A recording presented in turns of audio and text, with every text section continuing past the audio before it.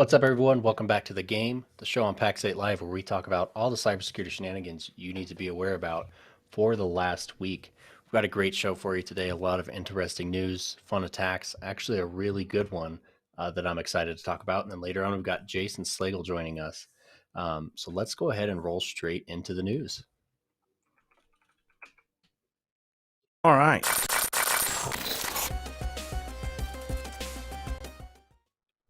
Okay, I'm equally excited about having Jason Slagle here. It's always fun when your friends come and play with you, in a different sandbox, and so this is going to be a good time. But our first piece of news is actually coming from PC Mag. It's actually back in July, but this was talking about a Cisco hardware, fake Cisco hardware on Amazon for selling $1 billion in fake Cisco hardware on Amazon and eBay. And it's kind of starting the beginning of what this show is going to be about today, right? And it's about, where are our baselines? What are our standards? What as MSPs do we not cut corners on? Where do we decide that we're going to make decisions that protect our supply chain, that protect us in general? And so this is a great example of supply chain attacks. It further went on to say that these were coming from China, right? They were fake. They were not legitimate devices, and they were being sold with the knowledge of that. And that just kind of tells you how the market is today. One could imagine, Dom, potentially, at least from my thoughts of what that might be valuable from getting network core devices that are made with potentially bootlegged software. No, right? There's no risk there. No, none, right? It also demonstrates how good they are, frankly, at corporate espionage and stealing trade secrets, because they work like a Cisco. I've seen, and this isn't new, right? I think this dude just got caught. But if you look at prior instances of knockoff Cisco's probably the number one brand for it. If you think about it, I don't know that I've heard any other majors. It's iOS, right? Like if you're just a lay network admin, you're not going to know that it's phony, right? So it's very interesting. The hardware is identical, the software performs identically. But to your point, there was the whole NSA chip scandal. That who knows, if that was legit or not, but it's the same concept, right? You can embed a piece of hardware in there, you can embed something in the operating system and sniff all of the network traffic. And we're being a little dystopian. This is most likely just literal profit for profit's sake, but it wouldn't be hard to have that be a challenge. And why would you take that as an option to save $100 or supply chain challenges, those type of things? But just wanted to kind of highlight that as something to be aware of as you're buying. Some things aren't to be bought from eBay and Amazon, right? Like go to a trusted distributor for these kind of things. That's the TLDR from Dom. So yeah, 100%. Let's kick off on a more recent piece of news that happened last week, where ConnectWise's Trust Bulletin, which I do love that they have this. They didn't used to have this capability, but ConnectWise's Trust Bulletin was talking about a vulnerability in this R1 soft and recover security that came from their Continuum acquisition, and they kind of had another one of these moments where, on the surface, we have great notification, we have updates, we have processes moving forward.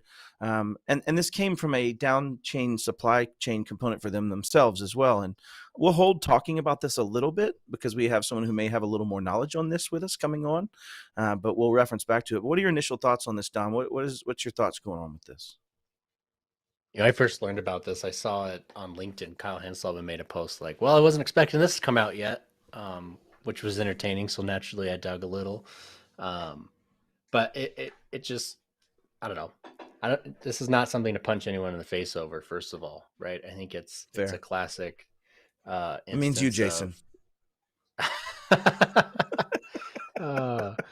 That's funny because he can't say anything back. I can see it in his face though. Great. Anyways, it's gonna happen, right? But I'm going to hold judgment on this because I do want to hear Jason's take on it. Yeah, for sure. Let's move on. We'll come back to this one. So one of the nice things to call out, I really just wanted to include this for people to read and know that it's happening, is CISA.gov. They released CPG, or their cyber performance goals. And so there's been a lot of talk about this recently, to distill it down and not beat to death what's all in it, which it's really pretty nice. There's a great matrix. There's some great self-help guidance through those pieces. It really is kind of a last mile delivery part of some of this, down to the configuration setting, down to the things that you need to know to meet some of these guidelines and controls. But it was released, and it is kind of one of these great things to see that as a country, as a nation, as a capital society, we are starting to realize that we have this cyber gap. We have these challenges all the way down to the SMB, to the mid-market, to the enterprise, to every single consumer and creator in our world. We have these gaps. And so government is starting to realize that. You've got public-private partnership trying to rear its head and drive some of this. Had a really great conversation with Wes Spencer, who put out some conversation about this last couple of days. And immediately you see Jan Easterly called in, you see, Phyllis Lee call in. And so you're seeing a lot of communication down at this community layer about these challenges and trying to give the tools necessary to succeed. But have you had a chance to peruse this at all and take a look at it, other than a cursory read? And if so, what are your thoughts on it either way? Only cursory. What I hope, I think hope is the best word I could probably give it. Fair. But I hope it does motivate some level of action at different levels where we don't see action today, right? Particularly in SMB, which we're obviously here to serve SMB. They're the worst off right now, but they're also the majority of economic activity, right? And that balance has to shift in one way or another, and hopefully it doesn't shift in the economic way. So it has to shift into sort of business maturity in a lot of aspects, but really in cybersecurity, it's massive because the loss is felt in the biggest part of the economy most of the time. We'll see. It's another one of those, like, I really hope it drives some action. I will choose to be cautiously optimistic about it. And I'm happy to see that CISA's taking another stab at motivating action. I do like that they call out, kind of in their way, they're saying, listen, this is unique from other control frameworks, as they consider not only the practices to address, but also the risk to individual entities, and then additionally this aggregated risk to the United States and to the nation that we live in. And so they are trying to approach it from this aggregator of risk understanding kind of collaborative. Right. They're also saying, hey, it's not comprehensive. They don't identify all the cybersecurity practices needed to defend oneself, right? But they do go on to kind of say, but they are a captured core set of what you should be able to do. And the reason I wanted to include this article is that it's very, very much towards that. What should MSPs find as a baseline? Well, if you're looking for a place to go, it would be your CIS IG1s and 2s probably, but it might also be this, right? They say it's not comprehensive, but this is a captured core set of cybersecurity practices with known risk reduction value broadly applicable across all sectors. Meaning, do the stupid stuff first, guys and girls, right? Let's do that basic core level of hygienic cybersecurity that needs to exist. And I think this is a pretty decent poke at defining that, in my opinion. So we'll link this down. And I did just pull up the spreadsheet. Well. I've been perusing the spreadsheet. There's some interesting stuff in here too, right on the edge, like deploy security TXT files, right? Which is pretty interesting. Which I will add special irony if for my Jason Slagle fans and for friends out there, because I myself have said to a friend of mine, yeah, but it's just security.txt. So just understand, I get slapped in the face by CISO on this one from its legitimacy. But it is stuff that people wouldn't normally think of too, from a security posture perspective. But it is pretty good. I read the first 6 pages or so of the stuff, but were there 80 something on there, 47? But anyways, we'll move on to the next piece. Dom, this one came in the news, and it's talking about around November 1st, I think, is when we started seeing this. But Dropbox discloses a breach after a hacker stole, was it like 130 or 140 repositories through?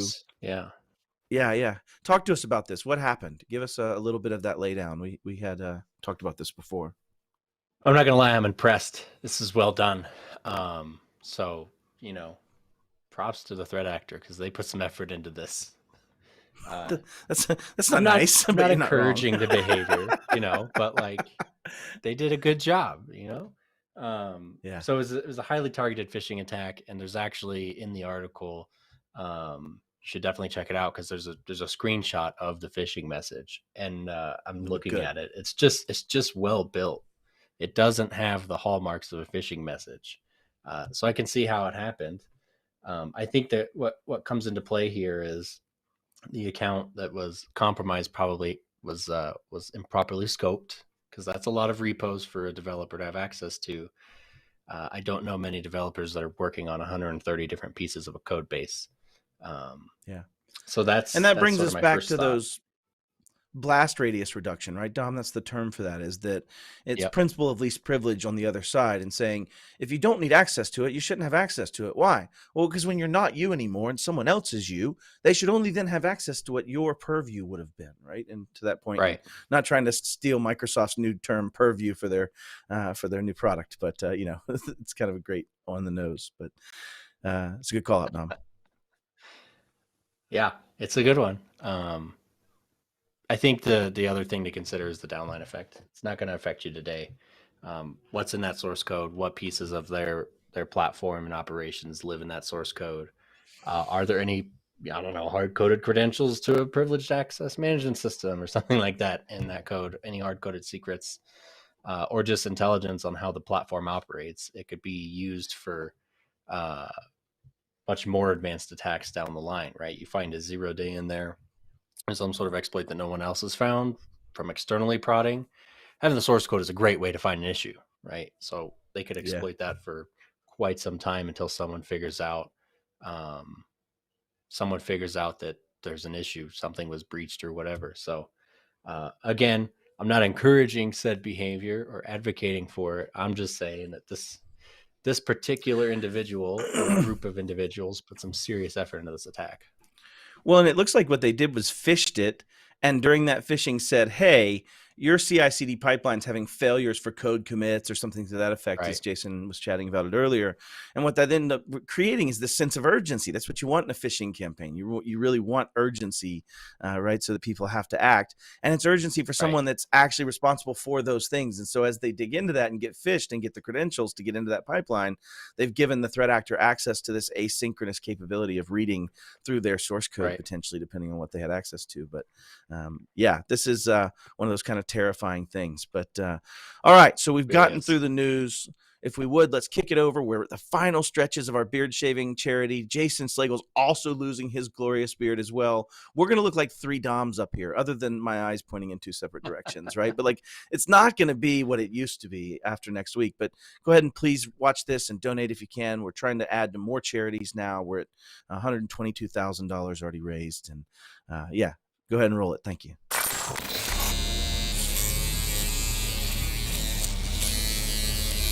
Myself, Carrie Richardson, my wife, and Matt Lee put this thing out into the world. And Carrie said, hey Matt, like you've got this beard, why don't you come on up to the barber and shave it off? And Matt said, no, I'm not going to do that. I'm quite partial to my beard. It's kind of my thing. Cybermattlee, beard banter. It's in my logo. Carrie said, well, what about for money? Would you take it off for money? And he said, no, it's not a monetary thing. I'm not interested in shaving for money. And she said the magic words, which is, what about for charity? I am now working towards driving cybersecurity for the masses. I'm also, unfortunately, going to be losing my beard very soon. I am very concerned about Matt Lee's future with losing his beard. He's going to compensate for the lack of beard with even more conversation, which terrifies me. Matt Lee looks like a guy who just walked out of a mountain after trying to forge a battle axe that's going to kill a dragon. My question is whether or not hair is going to magically appear everywhere else, specifically on the top of his head. I'm not sure he's going to lose his superpowers, but he's going to look like 12. I think it's going to be shocking, the baby face that's underneath that beard. How long have I been growing this beard? It's been about 5 months now, I think, total. And I've grown quite attached to it. So I actually haven't been clean shaven since 2008. My daughter, who's 13, has never seen me without a beard. This is by far the longest I've ever let it go. I think the last time I was clean shaven was probably 15 years ago. I one time lost a bet, and I had to shave down to only a mustache, and I looked ridiculous. I have a fiance, and she can't wait for this thing to go away, but it was good for a good cause, so she agreed to take one for the team. She understands it's for a good cause, so she will bear with it. But every time I shave, there's always this look of disappointment. Like, I'll see you in a couple months when it's back. Breaking news from the Pax8 Live newsroom. The anti-beard shave protesters are taking it to the streets. Despite the good vibes of raising cash for charitable causes, these chin garden enthusiasts are in living fear of the fallout of follicle follies. Please donate to the cause early and often, but be wary of facial hair fallout. I'm not a ZZ Top fan, although I do get asked about that all the time. I would prefer Van Halen over ZZ Top any day. The two things that people always bring up are either ZZ Top or Duck Dynasty. I am a ZZ Top fan, yes. I definitely enjoy their amazing beards in general. I don't think I could ever get to that level. You cannot be a fan of ZZ Top. I mean, if you're not, I just don't think you're very cultured, and you should really go check yourself. A beard, like, you ask anyone on here, they're gonna say, yeah, it's a beard. Like, it's facial hair. It's not really a sacrifice, but it's reflective of that giving, putting others first mentality, which I think we could all learn from. I picked the charities on purpose to be around cybersecurity and as much around diversity, in the sense that we do not solve this cybersecurity challenge with the pieces that we have on the board today. Encouraging things like diversity and cybersecurity, I think, are really important. Cybersecurity is not just, it's different than a lot of other career fields. We need people that think differently about the problems, that are creative. My charity is Hackers for Vets, which happens to be my charity. The one that was the reason that I got involved was Hackers for Vets. So my father was in the Navy, retired Navy guy, so just kind of hit home for me.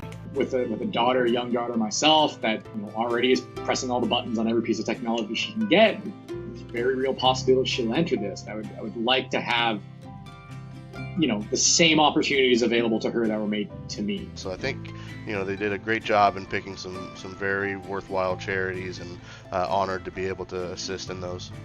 Put others ahead of ourselves is something that I think the country could benefit from, especially in the turbulent environment that we live in today. Like, it's a role model lesson, and I'm definitely trying to pay as much attention as I can to it.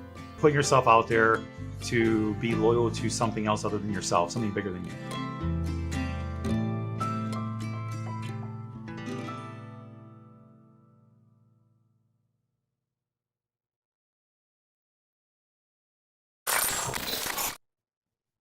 All right. Well, now we're at the best Real part quick, where we get to Matt, bring on. I think you forgot to share. You're over the goal, right? So what are you? We are over our goal. 130%. Yeah. It's fantastic. Yeah, we're at 122,000. We've actually given $20,000 to 5 charities, and we have now started the process of letting every single shavee, as we hit the next $5,000 mark, pick yet another charity to donate to. So we've added National Fallen Firefighters Foundation. We've added a Children and Families charity in Michigan. And we've also added a charity that I'm pretty convinced is just Vince Chrysler fly fishing, but it's a Project Hope, and it's a fly fishing kind of teaching and therapy kind of capability. But it might also just be Vince fishing potentially. Be both. It's okay. Fly fishing for good. It's no big deal. I like it. Yeah. I just want to call that out. But you can drive more impact. Thank you. Donating, and it's more and more charities. So keep it up. Yeah, All right, been surreal. Let's do it. Jason Slagle, come on down. There he is. Here. I can hear. You are here. All right. For the audience out there that doesn't know Jason Slagle, this is one of the things that I'll say as we do this introduction is that I love this show because I get to meet with people that, I'll be honest, I'm kind of a fanboy of, and I've learned a lot from over the years, and I've spent time building and driving towards cybersecurity. So Jason's one of those humans. Jason, please introduce yourself, kind of talk to us about what you do, who you are, and what your side hobbies are potentially. So you've got the floor. Hobbies. Those are things. Yeah. So my name's Jason Slagle. I am a president of CNRW Inc. We are a managed service provider in the Toledo, Ohio area. I've been doing this for a long time. The business aspect of it's new to me. I am a technical nerd. I'm a nerd. Like my wife, my coworkers now have a bunch of Slagleisms that they talk about, like, things that I say that are just weird that, like, they're like, people don't say that, right? So we have that going on. kind of came up from like a Unix, Linux nerd background, kind of held almost every job in IT at this point, including software developer for a bit, except Windows admin. I've somehow escaped that one. And yeah, as far as hobbies go, I don't know. I spend most of my time. I have 2 kids. I'm a scout leader. They usually keep me busy. If I have extra time, I'm usually hacking at something.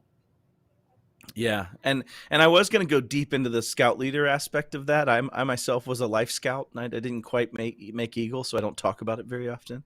But the other piece I wanted to talk about was actually you have been a voice in the channel with enough technical knowledge to pick apart some of the tools over the last few years that we use every day. In fact, you were the go-to that I would watch for between you and Gavin and a few others, right? That I would watch for of, hey, do I have a problem with my RMM? Hey, do I have and so, you've kind of led that charge, and that's kind of where you and I've crossed paths in the past, right? But talk to me about that. Is that getting easier? Is it harder? Or do you see that getting better? I would say it's improving, right? Like, and I don't know if it's just me, like people are listening more. I don't have to yell as loud. And, as you kind of do this for a while, you build back channels, right? So I don't always have to scream anymore because I can text somebody or I can reach out to somebody out of band and affect the same change and really push for transparency. It's like one of my core tenets is transparency in this. Either you're going to be transparent about it or I'm going to be transparent about it. So, or we can be transparent together, right? So, but sweeping it under the rug usually doesn't work for me. But it's gotten easier. I'd say that generally I feel like the channel is paying more attention to it than it was when all of this started. Yeah, for sure. I mean, I've kicked this theory around a whole lot, but anybody that's heard it too many times, I'm sorry. But I feel like products don't necessarily rise very much above the maturity of the consuming entity, right? In the sense that if you're a very low maturity, I just need to get the problem done, I don't care about security, and you're consuming something, then the resultant product won't be very secure. The resultant product won't be forced by capitalism to do these things. And so what you are driving, what I'm driving, what Dom's driving, what Wes Spencer and now 50 people that I could probably sit here and name are trying to drive has caught up to where the maturity level is driving these products to respond in kind, right? Is that a good way to say what you're seeing? Yeah, there's some of that. I mean, the maturity level of consumer is definitely a thing because there's an amount they're willing to put up with. But I think honestly, another big driver in that is how much the industry is growing, right? So we're in this like, huge growth phase right now. And as such, there's a bunch of people entering the space to build products, and there's free flowing huge amounts of money and gigantic multipliers to make successful exits for a lot of these vendors. And, if it comes down to the choice of, shipping a new product that gives you better market fit or opens a new product line or market share that increases your valuation, or securing the platform, the capitalistic market forces usually drive that. It's not the security that gets focused on. Yeah. Yeah, that's 100% well stated as the problem, right? That there's capitalistic forces right now where we just want a car, it doesn't need to be safe. But at some point you have changes in that, right? And you have crumple zones and your car has to meet a safety standard and you have to have these filings. And I think we're in that transition, if you will. But to keep that's a us really kinda, good analogy. Yeah, I get one a day. An amazing. It's late. It's an amazing analogy that for like, I can remember when I was a kid, I'm 42 now, so I'm aging myself here a little bit, but shoulder belts were like a new thing, like in the early mid 80s. I think the first car I can remember riding in didn't even have shoulder belts, right? I think it was a Ford Fairmont or a Pinto, one or the other, right? So these are cars that like a lot of the younger people here haven't even heard of. And it had that weird shoulder belt that kind of like clipped into the lap belt piece of it, and it was like an aftermarket afterthought. And there was this huge explosion in the accessibility of cars to people, and safety. It came later as the community and as people driving the cars demanded that they didn't die when they got in a crash. They forced the automakers by those same capitalistic forces to make safer cars. And I think that we're reaching a point now where there's enough of us screaming from the rooftops that this is terrible, that we're forcing those same things to happen because so many people are asking the right questions. Exactly. In fact, if you take it back to hyperbole, cars were invented in the 1800s, right? We didn't get seatbelts until Ralph Nader's Unsafe at Any Speed in like 1970 something. So yeah, it's we're in that phase of technology, in my opinion. But yeah, I kind of hope let's that keep it on take that cue. long. Yeah, I'm Go praying, ahead. brother. No, let's keep it on cue. So, one of the things that I wanted to have as a discussion today, Dom, we hear so many of our partners talking about their stack and what they accept and Right. what my customers need to be and how they're going to serve them. Where do we, the topic I want to kick off, and I want you to start, Dom, is where should we draw lines as MSPs, right? In what tools we need to do our job, in the way we service a client, the way they can be set up, the choices they can make. I know that's a boil the ocean conversation, but where should MSPs start to draw that line, Dom? It is a boil the ocean conversation, but it's also not hearts and minds. Maybe it's a business conversation. I'll just call it. And what I mean by that is if you're starting an MSP or you're starting a business in general, like let's forget about MSP for a second. Yeah. What do you want? Right? Like what's your first goal? It's to generate revenue, right? Like that's goal one. And at some point profit. You're desperate enough in your business that you want revenue. Like if the money is green, you're going to take it. Right. And I think you have to get to a phase where you realize not all money is green, right? Or it's green with an asterisk that's going to get your business killed.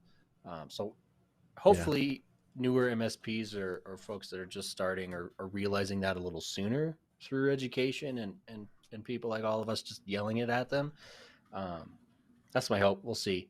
But anyways, when it comes to drawing a line, I think you have to understand the acceptable amount of risk you're willing to take on and the minimum standards that you want to serve your customers to, right? Good customer service isn't saying yes to the customer in almost any industry, by the way.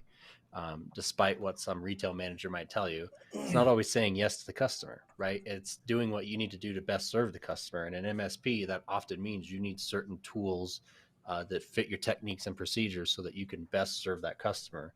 So for me, I always tried to look at it as how can I meet my risk objectives and how can I best serve that customer? If I don't have this particular platform in place, what does that limit me from doing? Probably hurts that customer experience. I'm going to lose the customer anyways, right? So that's how I always started, or where the conversation started for me. Yeah. Jason, you were starting a story before we got going, kind of about this, how you just literally are dealing with a competitor that isn't doing the same stuff you're doing.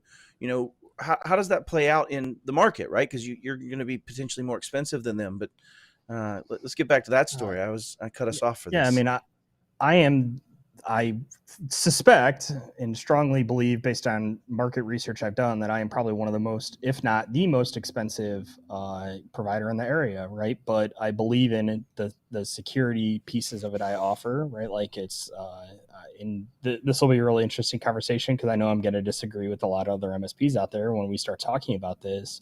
But a lot of the competitors, so yeah, we have a client right now that has a quote and it's lower. It's like 20-30% lower than our quote. And I'm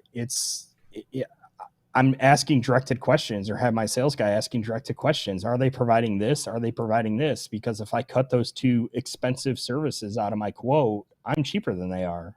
Right. So it's a big thing here when you, especially with a lot of these smaller shops, right? It's like we're 15 employees now, right? If I get popped and we go out of business, I leave 15 mouths that aren't getting fed anymore. A lot of these smaller 1 and 2 man shops, their strategy is if they get popped and their entire client base goes away, they're just going to close. They'll either go get a job somewhere else as a technician like they used to do, or they'll open up 30 days under a new name and go get more customers. There's just really nothing forcing them to act differently. Yeah. Yet. It's coming. Yeah. Well, that goes back to the conversation of the sticky note on the door. Just write a different name on the sticky note. Nothing happened. Right. There's no record of you really screwed up. Which is I actually got like 40,000 views of that picture. I just took a picture of a sticky note on a mirror that said it was MSP. So good, dude. I really appreciated that picture. It was a perfect illustration. You should do that in every city. It would be a trend. Yeah. Every hotel. What was when you had your MSPs though? And Dom, you had an MSP. You still have an MSP, and I had an MSP that I was part of. When I was making these decisions, it was things like, we're going to replace your firewall with my firewall. Period. I have to have the ability to manage it in one monolithic fashion, right? We were going to do their backups the way we were going to do their backups, with one of X products to do whatever necessary had to happen, right, to succeed in that backup. And so at that time, I was somewhat ignorant of what is cybersecurity as I was doing those things, right? Because early days of MSP, we were doing a lot of these things for efficiency and for efficacy to some extent, but not necessarily for that security efficacy, right? It was really more about just being efficient. But as time went on and we started having losses, we said, wait, maybe I could, instead of just buying a cheap backup box, I could buy a server, which will cost me another $800 or $1,000, but I could run another virtual machine on that. That's my jump box. And now I can take away local admin rights on my technicians. And now I can, right? And so you start getting into these, like, what are those minimum standards? And you know, where would you draw the line? Where would you absolutely say no to a customer? You know, mine were initially firewall, antivirus, you know, some of those things. But what are some other things you can think of that are the nope moments for you, Jason or Dom, whoever wants to tackle it? Ironically enough, as long as you have, so if I onboard a customer and they have a firewall solution that I can support and it's under contract, I'll usually let it roll out and I won't actually rip and replace it until the end of the subscription. It's expensive, as long as I can support it, but it's got to have the features. Single pane of glass is nice, but no, that's not a deal breaker for me. The line these days for me, if you're under me, you have to have, you know, my AV, some of the other supplementary services. We use Huntress, right? Like we use a number of other services on the backside, and those are non-game changers. But the big one that I'm getting pushback on from a lot of people right now is it's SIM. We're running, all new clients are getting just SIM. cost. Yeah, it's expensive, right? Like, but you know, I'll draw the line as to whether or not you need 24/7 SOC monitoring of that SIM, but we're at least going to get centralized logging. So if there is an incident, I know I can get good data. It's forensically moved away from your environment, right? And you know, I have a kill chain to try to figure out and unwind what happened there. Dom, it sounds like you're youngins wanting to pipe in on this. I'm getting audited right now, you know. Definitely wondered where that was going to coming be from. A couple findings in that one. It's like there's a child somewhere. Is anyone else hearing this? Dom's hired child auditors. They're just fast and short. And they don't take up much desk space. So it's real convenient. You can really squeeze them in. I would blow this conversation a little bit higher, because what I found is the customers do not care. They don't care what AV you put on. They don't care if you're putting Huntress on their machine. I actually swapped AV products twice. 3 times in my stack. First time I made a whole big deal of it, and the second time I didn't tell anyone. Just like on Friday, I pushed the uninstall of product A and the install of product B, and then they came in on Monday and product B was on their machines. And aside from a couple, you know, turned off laptops and installation issues, there was no chatter about it. So that's the first thing I would say. The second thing I would say is that my pricing model is completely bundled. Right, so it was a price per user. All the things were in there, so they didn't even know. So, but when it comes to drawing the line, backup was a big one for me. I know how to work my backup product. I don't know how to work your backup product. I don't care if there's CapEx associated with it. I cannot effectively restore the business on whatever other product you're using. And I did focus on firewall and networking. I think nowadays I would back off of that a little bit and go the SASE route. I just care a little bit less about what's happening on that local network if I've gotten those assets out of there. I really want to focus more on, are there rogue devices in there or something strange happening? But other than that, I think I would give a lot more flex nowadays on like network edge and switching, as long as it's not a weird Schmisco bought on Amazon. But fair. Yeah, aside from that, for me, it's the stack of tools on the machine, and they were going to be on Microsoft. We didn't support Google. We didn't support cPanel email accounts that their web designer gave them for free. None of that. They were going to be on Microsoft because, again, we knew how to protect and manage and support Microsoft. I could probably figure out G Suite, but I don't want to, first of all, and it's a totally different product. You have to train people. So that was kind of our standard stack. We have a couple. Education really is in love with G Suite, so we have a couple of those. We don't support the G Suite aspect of it, right? They also typically have 365. One of the things that we've standardized on, I think all but one of our clients these days is Business Premium, and the one that's not. is probably not long for this world, right? It's like, I really need conditional access. I really need, actual ability to turn on MFA and not like Microsoft making that decision for me, or 100%. Or managing it per user, right? So that's been a big one for me. I don't sell, much like Dom, it's like I don't tell people what AV I use. I don't tell people what my stack looks like, because you're right, they don't care, and they shouldn't care, right? Like they pay me to do a job, and sometimes that's trouble, because like the situation I'm in now, right? It's like the user doesn't realize that they should have done something different until it's too late, right? And that's one of the bigger problems I have right now with this, is I'm competing against lower price providers that are, honestly, 95% of the time are probably good enough, right? Like so it's really hard until you've dealt with the customer that's had an incident. It's really hard to get them to understand that 30% more, and maybe for the next year and a half you're going to save money with them, but when the inevitable happens and I catch it with my more expensive tool set, you will save money over what it would have cost you if you had not done that, right? And go ahead. Let's say you trigger me on that, because you're actually giving some truth to one of my theories I talk about. Is like, we always talk about protect, identify, protect. We talk about protect. That's going to fail. Protect is going to fail, period.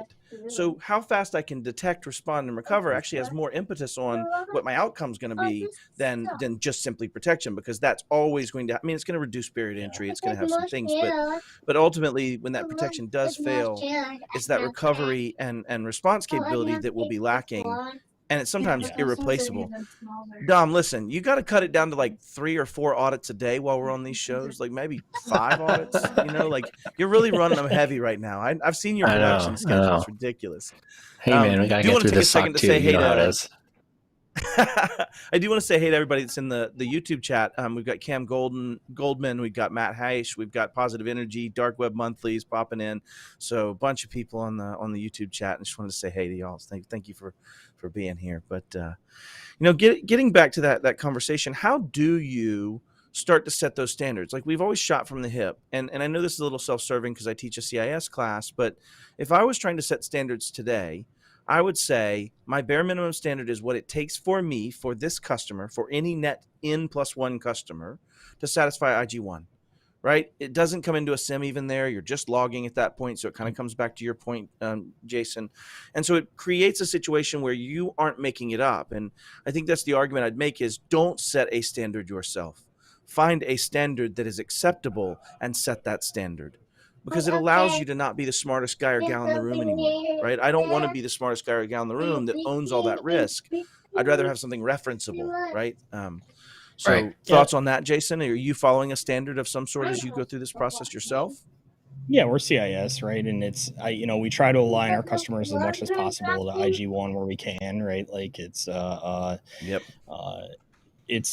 challenge constantly, because users, business owners are they're the hardest ones, honestly. Like, it's like, oh yeah, I want MFA for everyone but me because it's really inconvenient. It's like, but do you understand all of the risk here, right? Like, it's not, right? It's not the shop floor guy that they're going to be that they're going to be faking to send you out to buy gift cards, right? It's you, right? You are the account they're after. You're the one that has all of the keys to the kingdom.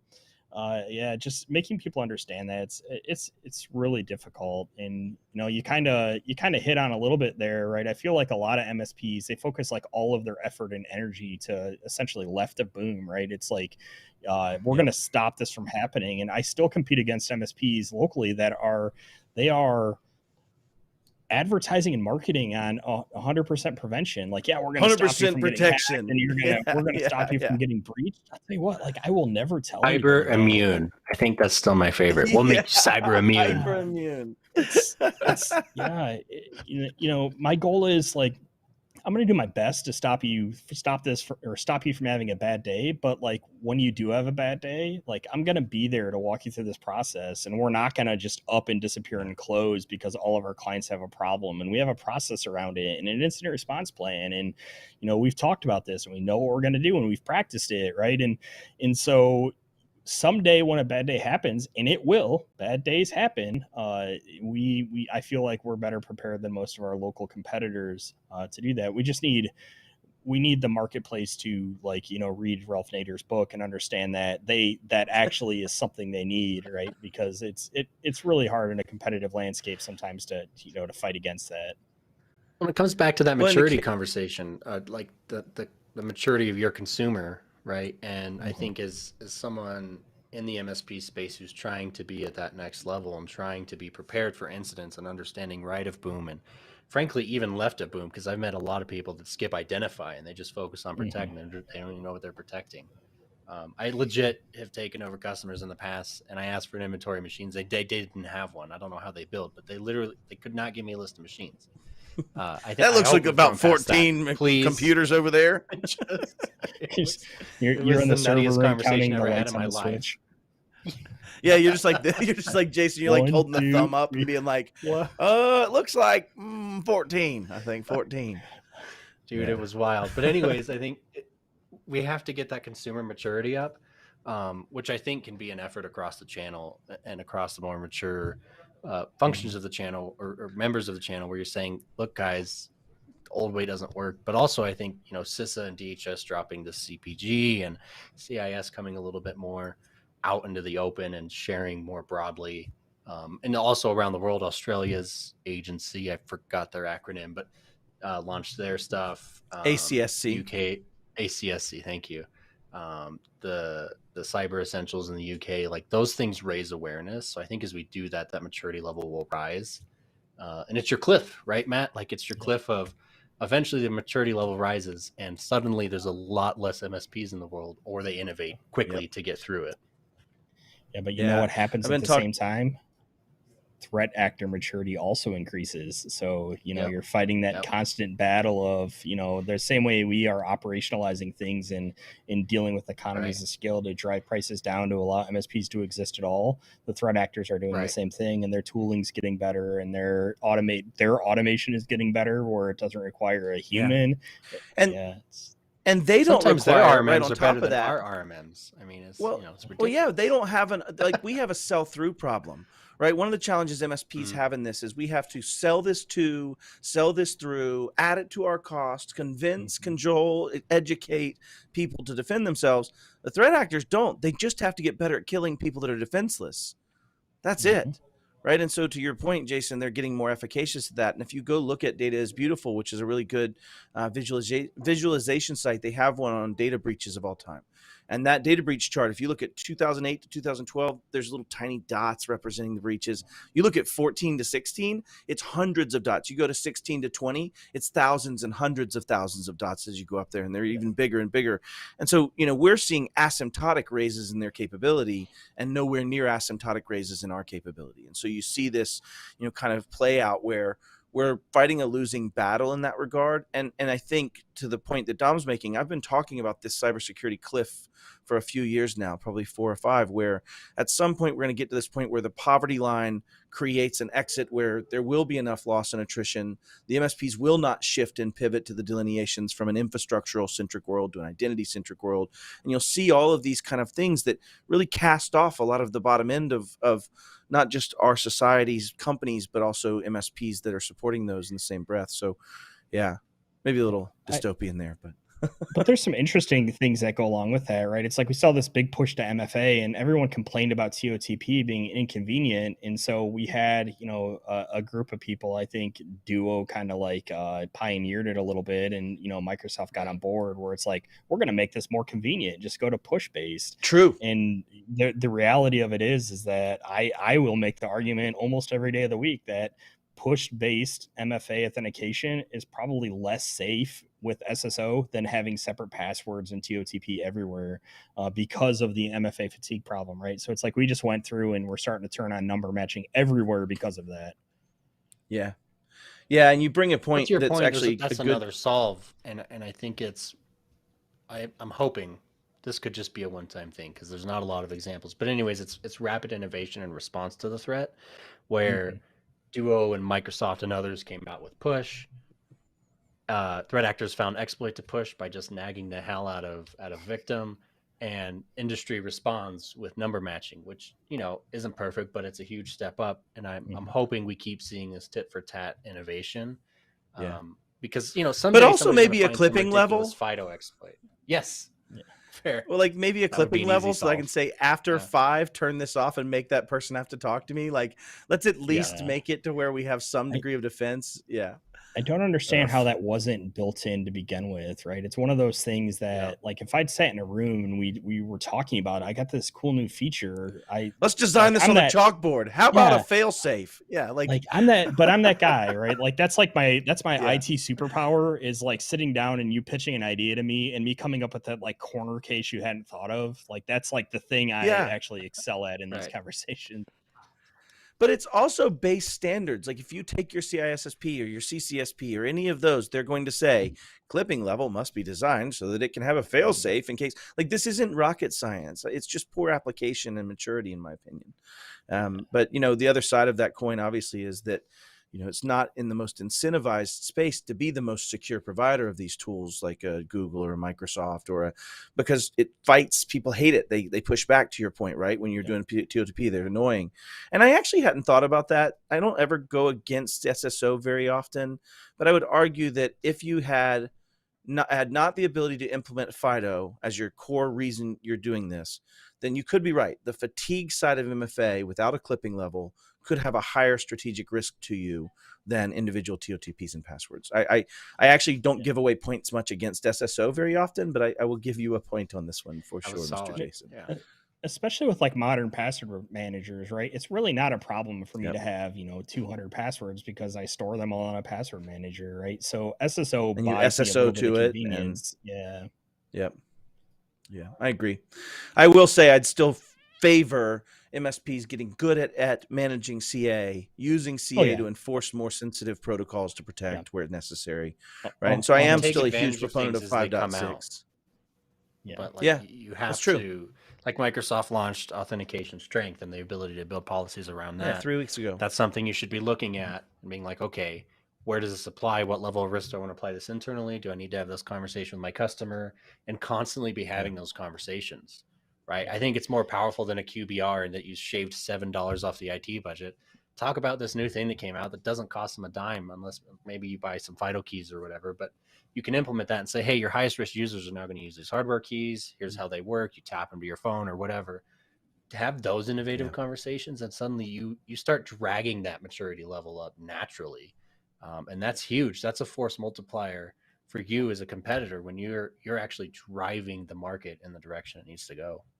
I mean, I think most successful MSPs drive that anyways, right? They try to partner, right? Like they're not just an IT provider. They're serving, that CTO role where they're talking about technology and stuff like that. I mean, we see it too. Like internally, we're business premium internally. We might be E3. We're one of the two, but I pay for P2 on top of us because I have the keys to all the kingdoms, so I want things in space and stuff like that you can't get on C1.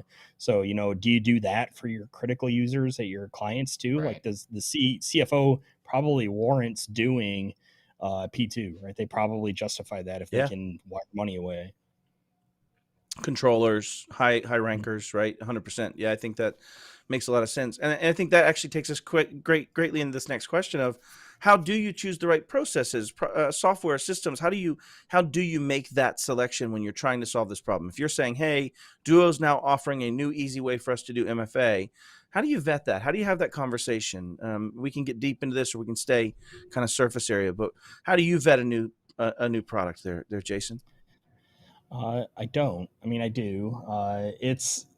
I build technology stack based on understanding the problem underneath it and trying to understand exactly what I'm trying to solve for. And then I find the solution that can solve for an ROI and a scaling problem for it, right? So it's like the new shiny thing comes out.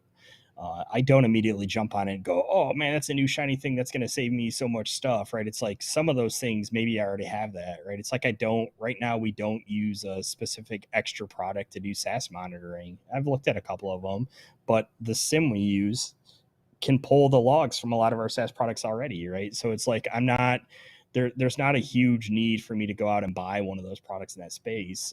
But as we grow and the SIM becomes more of a problem, and I end up using a lot of technician time triaging the alerts because the alerting there isn't as good, then maybe I make an ROI decision that the couple bucks a user is worth it to calm down the stuff. So I will always lead with gaining knowledge and in trying to understand at a core level the problem you're trying to solve, because once you understand that, then you can make very data-driven ROI decisions as to which tool solves the problem with the right amount of money involved. And that goes all the way back to security controls too, right? If you were approaching a framework and trying to solve a framework, it's advocated. Dom does this all the time, right? When we were talking through our points, first look at the tools you already have. Look at the things you already pay for, right? Assess them. But when you're trying to figure that out, you just need to have some North Star. You need something, and I think for Jason, you said it well, I want to try to understand the business problem. I want to try to understand the problem I'm trying to solve. And that requires understanding. That requires education. Right. Sometimes that requires testing. Sometimes that requires saying, okay, you say it does this, marketing person. Does it do this that meets my specific business need and ROI? I think back to your conversation, Jason. But marketing people lie. No, What? Come on, man. That's not true. What? Never heard this before. And I've definitely approached more Sorry, than one Jeter. of these companies that have they have as much money into the development of their demo, I feel like, as they do into their product. Right. So like one of the things I approach every single software demo I take is it will never work as well in my environment as it works in the demo. So if it's broken at all in the demo, then it's going to be a total not good experience for me, right? Because it's like they have all this effort into it. And when I take these meetings, when I do take demos with people, I immediately am attempting to get them off of their script, right? You want to show me this feature. I don't want to see that. I want to see this other feature. I want to see paths in the demo you've not worked out, because I want to see where this is bumpy and the edges are. Yeah. I wouldn't say I was as prescient as the reason I do it. I'm genuinely inquisitive. And sometimes I ask questions there is zero chance of that human answering that's doing that demo, right? And so it's like, not to be aggrandizing, just I want to know how the database functions. I want to understand what this feature is doing. What are you actually doing to make that function this way? And like, So, I have a DevOps background. So a lot of times I'm like, oh, what's the backend stack of this thing look like? And they do not like answering that question. I mean, the salespeople, even the sales engineers, they probably don't know. But it's like, is this, a giant node thing built on Mongo that at some point it's just going to explode and all the data is going to be gone? Or like, have you actually thought this out and engineered it well? Yeah, 100%. So where do you draw the line? We've talked about setting a standard. I think everybody can agree that it's a good idea to have a standard. It's very defensible. That standard should be based on a framework, and as that framework gets built, you have to use tools, processes, and things to get there. But how do you draw the line, right? Because you're always going to come up against that Sophie's choice, especially as a smaller MSP. And I would even codify that as being less than 3 million in revenue. You're going to have this kind of, I have to keep paying my people. Jason, and earlier you were talking about those 15 families or 16 families that you want to feed. And at some point you can take poisoned revenue. At some point you can take things that will actually destroy the rest of the revenue in some ways. And you and I sit on a certain committee where we get to see some of that play out. And we just got to see one today. So how do you draw the line on saying, here's my standard, I'm not changing it? It is so.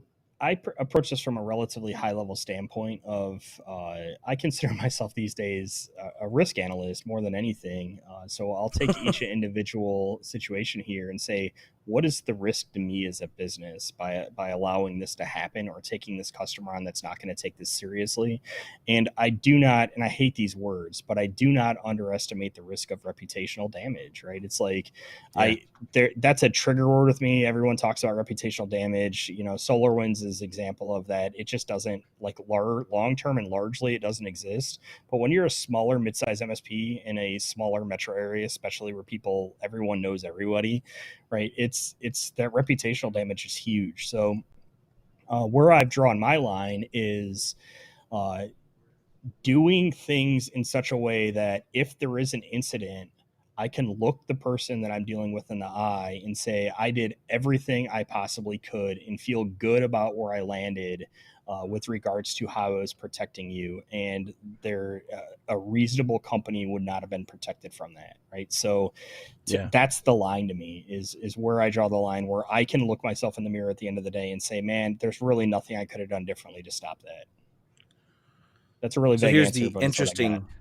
No. Here's the interesting part about it. You use the term reasonableness in it. And I want to dig into that just a smidge, right? Because reasonableness is the barrier for law today in the United States and most Anglican law systems, right? Of saying, hey, would a reasonable person have done that? Would a reasonable person have been protected? Would you have done the things you should have done? But I think one of the cool parts about that is there's a flexibility to reasonableness, right? Someone that has no knowledge of what's going on might find a decision reasonable that just a little more knowledge they would not find reasonable in any way. Yeah. And I think that's kind of the advocation I'd make is that if you're out there trying to live by that reasonable gut feel and do the right thing, you can't be stupid. You can't be willingly ignorant. You have to have done some degree of defensible research to understand whether or not you're doing what you can stand behind in your mind, right? Like that's my add-on to that. But I happen to know that level of your capability, and I don't question that in any way. So I think, though, in general, we should think about that when we talk about being reasonable. They have to be educated to some extent. Yeah. Dom, where do you draw the line? Go ahead, Dom. Man, Jason, you put it really, really good. Is I want to feel, or I want to know that I did everything in my power, in my organization's power, to prevent, to respond, and to solve the problem. And that's not even just security. That's like the type of vendors I'll support if you bring them in as a business or a line of business application. Is that something I can serve? Is that something I can help you use to make your business better? And if it's not, I'm not going to support it, right? Because again, it comes back to that customer service, and the customer's not always right, and I need to do what I can do to give that customer the best experience. So I think you hit the nail on the head. I don't want to go somewhere or go home and feel like I failed in that way. And the other piece I'll add on is on that reasonableness rule, right? We always talk about a 12 of your peers, right? Or a jury. Man, that could be anything. And to your point, Matt, on education, if everyone in this call and some of the folks watching, that's your jury, you might be screwed because a lot of us know what we're talking about, and you're gonna start talking and they'll be like, nuh-uh. But if you get a truly random jury, which I might even yap and get in trouble by the judge, depending on the case. But the point being is there's always the much greater chance that you get an entirely uneducated jury or panel, and you have to be ready to explain it in terms that they're going to understand. And I can only do that with the tools I pick because I've gone through the process of selecting them, and I can talk to someone who has no idea about why I picked product X or process B because I've already thought it out, right? And if I do that with something that's completely foreign to me, I can't do it, and I'm going to look like I'm lying in front of said inexperienced humans. An interesting side effect of that is that because I'm one of the most expensive in the area, I have to be able to do that already to make the sale. Right. So that gives the added benefit of I've already done that work and can already justify the extra spend in what I'm doing there, because otherwise I could never make a sale. Right. So all of my guys believe that on the sales team. They all believe we're doing the right thing. Right. They can all articulate it and explain it well. So, if I'm ever in that situation, I feel I'm confident that I am doing everything in my reasonable power to do it. Given an infinite budget, could I have stopped it? Yes. But given a reasonable budget from a reasonable other company, then I gave you absolutely the best I could. Well, and I'll also challenge that part of that, to wrap us up here on this topic, but I'll also challenge that part of that namesake and reputational sake is about setting the right expectation. It's about saying, I'm not going to stop everything. In fact, it would be doing you a disservice if I spent enough money to be able to stop everything, because it would be near infinite in all of your profits. But we are going to be good at responding. We are going to be good at detecting. And it came up in a conversation from a volunteer thing that I do where I counsel people going through some of these major breaches as an MSP. And the gentleman said there was shame in it, that he was still dealing with the shame of it. And the point I want to make of that is there will be shame if you approach it the way that we're approaching it today. I think you have to start approaching it by, I'm going to do the best I can. I'm going to get better. I'm going to be transparent. I am going to be humble with myself about where I am. I am going to get better at finding it. I'm going to get better at stopping it. I'm going to get better at recovering from it. I'm going to get better at detecting it. I'm going to get better and all those things. And we have to drop some of the stigma and shame of it, because you're going to fail. I've failed. I've failed a lot. You're going to fail. And so I think part of getting that reputational namesake is by also making sure to speak towards that as part of your education of, my job isn't just to protect you. It's the full definition of protect you, right? And at every level. But and sorry, I know you were trying to close this up, but you hit me. So I get it. We always talk it's about okay. the cyber immune vendor. Stop building your website, your MSP, and saying that you are going to stop all the things. You're doing the same exact thing. Don't let whatever marketing company you've chosen do that. Yeah. Just can we pass a law that I can breach those people? Like, yes, if they claim they're unstoppable, then we should be able to swing at them and hit them with no recourse, because clearly they're going to stop it. Should have been impossible. In fact, we're doing the American public a justice by hacking those individuals, because they have made claims that could be false, and it could be a false claim subject to the 1863 False Claims Act, right? So we're just trying to help. In that case, you're entitled to part of the settlement, right? So like 33% seems fair to me. It's a good plan. Yeah. That's better than attorney rates. Anyways, let's move on. I'm going to go ahead and close this out. Ask you guys all to join us next time. It's been awesome seeing how many people are here chatting. We're going to be better about including you in the show and chatting with you. But join us next week. We're gonna talk about some of the successes and failures with our friends, mine and Dom's friends across the pond at the Pax8 and EMEA offices. Thomas Welton will join us, and it's going to be awesome talking about international cybersecurity once again. So please subscribe. Join us next week. Jason Slagle. See it from a new angle. Yes. Jason Slagle, I love you with all my heart. Thank you for being here, buddy, and see you keep next fighting week. the good fight. So thanks for see y'all next week. Catch you guys.